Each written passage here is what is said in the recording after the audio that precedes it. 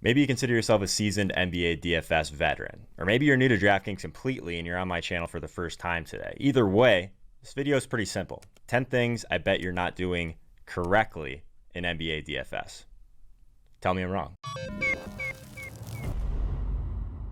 In NBA DFS, minutes are everything. Definitely the most important thing for anyone that's attempting to create their own basketball projections, but even if you're using projections from someone else, it's still valuable to know where that is coming from. Minutes are just a big part that goes into it each and every day. The best NBA projections out there probably spending more time on minutes than anything else. It's just kind of a process that goes into previous games, previous blowouts, really just kind of diving deep into guys that are going to get more first half minutes, first half rotations in general, just kind of delving into what kind of looks as well as coaching tendencies we're going to see on a given night. So how early does a coach pull their starters is an example of something that's definitely relevant. And what about a player's minutes downside if the game kind of gets out of hand early, that sort of thing. So you're looking at the matchup. Does this matchup necessitate like a bigger lineup, a smaller lineup, that sort of thing? It all affects ultimately the projection and the minutes overall. It's really one of those things. Rotation changes also very important, like just to see how many minutes have been trending as of late, see if some players are playing a little bit more, sometimes some players are playing a little bit less. Another point we certainly need to hammer home here is there's always going to be certain players like Joel Embiid, for example, who's going to start fourth quarters, even in blowouts the majority of the time. There's going to be other guys that have rotations. They might actually have higher minutes in blowouts than other guys. So there's a lot of things that go into it. There's even minutes upside in certain scenarios where blowouts are going to happen in certain rotations. So there's a lot of nuance involved. Definitely think there's a lot of great options if you don't want to build your own projections. But I do think if you want to give it a try, I would start with minutes. You have to pay close attention to the news and where it's coming from. It's the number one most important thing. Since we know that minutes lead to opportunity for the player, it's important to not only be aware of key rotational players, but it's also important to be aware of who's going to be available on a given night. Because it could be the 9th, 10th, 11th man on some of these rotations, and they can end up being critically important, especially on a team that's dealing with injuries, just to know how many guys are available, how thin they are, what kind of options their coach is going to have on a certain night. And in terms of news, it's important to pay attention to these minute limits as well, specifically which coaches are kind of full of it when it comes to minute limits and which ones you can actually trust what they say. Being in tune with this type of news is really important, adding that extra layer on top of the base research that you're doing heading into any slate, especially some of these nights where they're down to 8 or 9 players on a team. Just increasing the minutes for some of these guys significantly makes a lot of sense. For example, a team that gets into a lot of blowouts because they're really bad, whatever it is, when they're down to 8 or 9 players, even if they're down 20, 22 points, they basically have no choice but to play some of these guys big minutes into the 30s. Even if they're getting blown out, they still may be in play for DFS. Small things like this can just make a huge difference. Things like if a guy is going to play 5 to 8 minutes, that's also 5 to 8 minutes that's coming out of someone else's allotment. So it's just really important to know who's going to be available on a given night, which coaches are going to have available players to their disposal. Pace should be a critical factor in your decision-making process, but you also have to consider the types of players that you're playing. So someone like James Harden can excel in a slow-paced game. The Rockets are already going to be a team that plays slow, and he's going to be someone that does a lot in isolation anyways, but he's a star player. There's certain guys that can still end up having decent games in poor paced scenarios. Obviously the majority of players are going to excel in higher paced environments, but there's certain guys that we can look to on the flip side that might only be in play in a fast-paced game. So some guys that are not good in the half-court offense, some guys that really thrive on steals and blocks to kind of get up and down the court game, which is obviously good for some types of players. But overall, you're looking for those game environments with more possessions, more pace, but it's a lot of things that are kind of baked in to the Vegas lines already, and I think people are already kind of keen to looking at Vegas lines when building their DFS lineup. So really what can happen is sometimes the pricing is what matters. A lot of nights there's going to be a player that's in a pace up spot, but sometimes DraftKings FanDuel, they're automatically going to price them accordingly for that pace up scenario. So it's already kind of baked in. So maybe the edge in GPPs is kind of being a little bit contrarian and not taking those obvious high pace spots on both sides where the game environment is really juicy because everyone's going to be on it. Obviously, it's ideal to be up in a pace spot, but especially in tournaments, it might be advantageous to kind of go the other way. I mean, everyone is kind of looking at these high totals. Maybe you kind of go past that top tier. Maybe the 4th, 5th highest total is the game that you really target and get some ownership discounts there. It's sometimes, I think, overvalued just because I think a lot of these players, especially ones that play on fast-paced teams, throughout the course of the season, they end up being priced up for that opportunity set anyways. So it's important to know that it ties directly to the Vegas lines, and definitely think that a lot of times you can kind of get some of that information indirectly anyways. You can kind of get an indicator of scoring environment just by using Vegas. So obviously you want to find those big gaps in expected pace of play. For example, a team that's really slow pace plays in a really fast paced scenario, you can kind of get some opportunities to kind of upgrade the pace situation for that lower paced team, or downgrading the pace for a high paced team that's playing against a slower paced team. So that's how I would use pace. In terms of NBA, some of the best bets are based on quick news. If you're fast, you might literally have a 30-second to a minute window, but if you can beat that line adjustment, that's very, very profitable. So if you're trying to get into NBA betting, I think the props are great. There's a ton of edge there if you're using decent projections. The challenge is getting limited in terms of the amounts that you can get down, but that's a whole different conversation. Betting NBA or any of the other major sports is very tough, but I definitely think there's some definitive edges to be had with news in NBA and in basketball in general. It's pretty crazy what can happen with a late scratch or injury in terms of the minutes. You might get times where there's a tweet that goes out, you have 90 seconds max to get that action down. It's super, super important to be on top of that if you want to be a profitable DFS player, better, whatever you're doing. But if you're on top of basketball news, star players, they can move the line 3 or 4 points depending on the player. So if you find a scenario like that where a team is especially top heavy with talent, those are the ones where scaling up your unit size makes a ton of sense, but just be quick.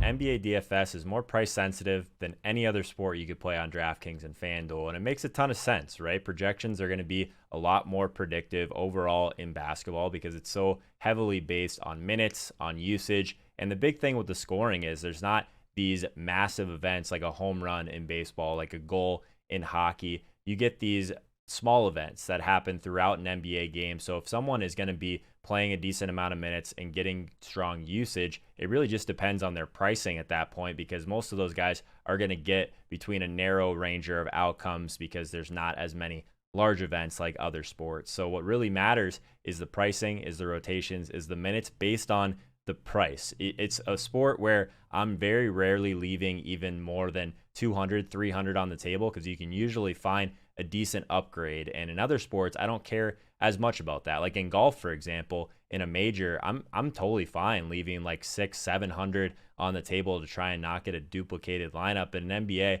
that extra $600 just goes a long way in terms of your projection. And again, it's a projection that's always going to be more predictable without those large events. And that's why we really can lean more heavily on projections overall, but it also gives us an opportunity to leverage the field in certain ways, because if there's going to be a player that has a similar projection, similar usage at a similar price point, and one is just going to be massively owned compared to the other, sometimes it makes sense to kind of pivot in that direction, or maybe just a different roster construction in general, still one that maybe you fade some of the top value plays of the night and you go with kind of a mid-range approach in roster construction. Definitely think that that is an interesting way to go. Also, just really trying to kind of narrow the gaps that you have in your projections overall, and really just try and identify which position has some of the strongest value and which ones have a little bit more opportunity cost than others.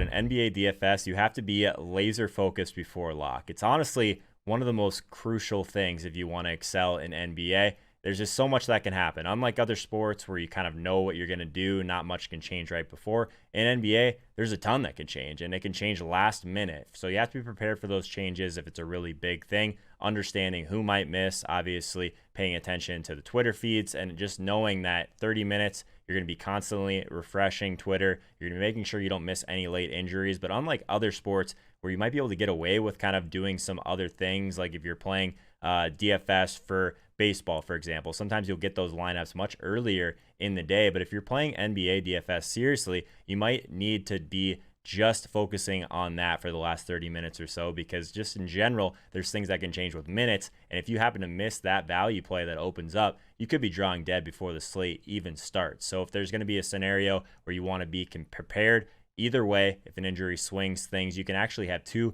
CSVs prepared. If you're playing a lot of MME, you can have basically one if the player is in, everything's good. If not, you already have kind of thought through some of those processes in your roster construction. You need to be prepared for what the rest of your roster could look like what other people are going to be doing. So not just jamming in all these guys that look like values in the last second, you end up with all these guys that you didn't even want to play in the first place. It gets a complete disaster. A lot of people think, I think, when they kind of come over from NFL, that they're going to have all this time to work through these scenarios in their head. And you're just not. Like a lot of times, some of this stuff is already kind of has to be going through your thought process throughout the day. If you're playing MME, you really need to kind of pivot quickly before lock. And some of this stuff, if you're not completely locked into your tools and really just have kind of gone through these scenarios in your head, I think you can even go as far as creating different CSVs. Be contrarian in lineup construction when you're playing GPPs and NBA DFS versus just throwing some random flyers into your lineups that don't project well in terms of minutes and usage. Because the reality is, NBA is not an event-based sport. We can't just take these shots on guys like we can in NFL who have upside for a 60-yard touchdown bomb that just comes out of nowhere and breaks the slate. For NBA, I just like to keep a smaller player pool in general. So for GPPs, I'll have at most 7 to 8 players per position. Would love to get some positions where I have far fewer than that. Be contrarian is just how you're spending your salary at that point and how you're kind of identifying which position has a little bit more opportunity cost. So I think that just kind of spending on a stud, for example, where a lot of people are kind of doing a mid-range approach. If you end up with someone like Giannis or Harden, you can kind of spend elsewhere at another position. I do think it's mostly a roster construction move that you're making rather than just trying to get too cute with your player pool and adding in all of these guys that were just taking shots and really just hoping for an increase in usage or something like that. It's much harder to project that type of ceiling in NBA. Another example is if people are paying up for 2 studs and it's more of a stars and scrubs approach, maybe you just move down a tier with one of those guys. So say one of them's 11K, maybe you pay down for a guy that's like 9,500 instead, who's also a strong player that night that has a decent ceiling. I try not to be too contrarian with the player pool. Is this how we bring this full circle here? It's the way you get different in roster construction. How you're going to spend that cash is what really matters. I honestly can't remember a time where I've had success just completely fading the clear value play in NBA because it's just so valuable. It's much harder to fail in NBA when these backups get thrusted into like 20 more minutes than they normally had. It's really hard for them to fail. Where I've had some success pivoting off some of the chalky studs and going to other studs, maybe a slightly more balanced team or something in the range that I think that makes a lot more sense for tournaments and ceiling in general. You just really want to try and stack up ceiling, but different types of rosters. Roster construction is drastically different on DraftKings and FanDuel. For the most part, pricing is efficient in NBA. I guess that big commitment on DraftKings is late swap. You have to really commit the majority of your night to make sure you're making optimal late swaps because the top pros certainly are. And on DraftKings, what I've really noticed is just trying to figure out what to do with some of these players that seem significantly discounted. Like you're able to build these stars and scrubs rosters over there that you can't necessarily build on FanDuel each night. You'll just see a lot of the big men being like the top 10 in points per minute, like 5 or 6 of them in any given night. So they're really just slashing prices of those guys left and right on DraftKings. You'll usually see a lot of the times I end up playing guys on DraftKings that they're just simply too cheap. On FanDuel, I'm playing guys that I like because they're more accurately priced, if that makes sense. So there's not a lot of huge discrepancies in what a player's salary should be over there. So I think one of the biggest differences in building rosters on DraftKings versus FanDuel is going to be that multi-position eligibility on DraftKings. So you get that flexibility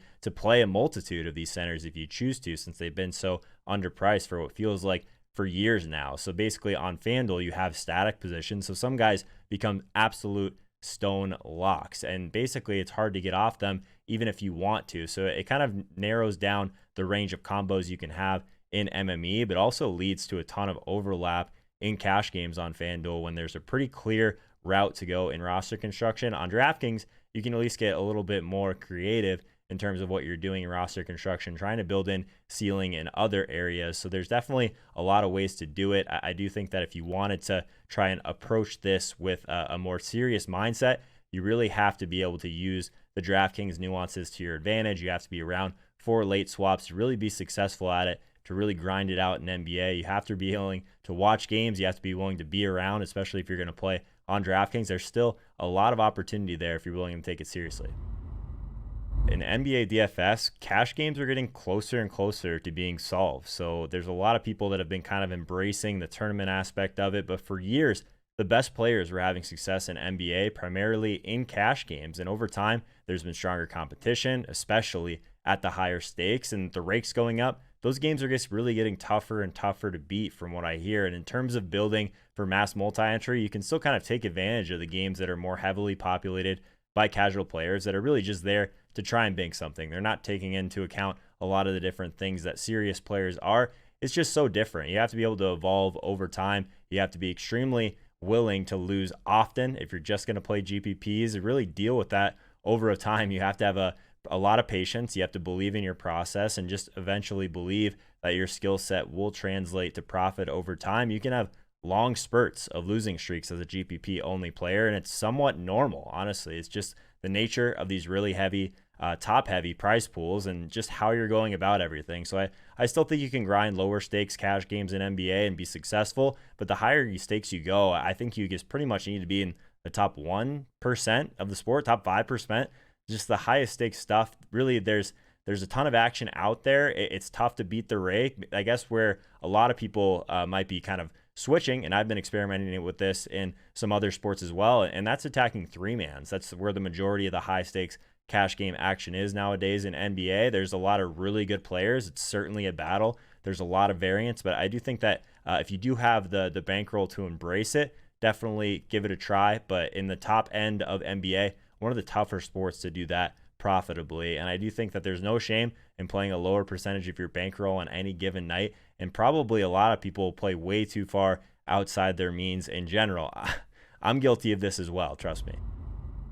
If you're going to play NBA DFS, at least have a plan. Know your risk tolerance. It really comes down to what your goals are as a player, what you're trying to accomplish. If you think your goals are different, maybe you're looking into 3 max contests versus 20 max, or maybe you're rolling out 150 lineups on any given slate. It really matters in terms of your player pool, your distributions, what types of leverage you're trying to accomplish. It's really a difficult question to answer for you, but I would just say clearly state what your goals are and then make sure you're following through with your lineup. So if you tell yourself that you're only trying to finish in the top 1%, you don't care if you lose every entry that you put in on a given night, then maybe you really want to concentrate on a smaller distribution of players, maybe a smaller player pool. Maybe you want to lock in a player on a given night where maybe there's a little bit of opportunity cost at a given position. I think that that's something that you don't want to take that much risk.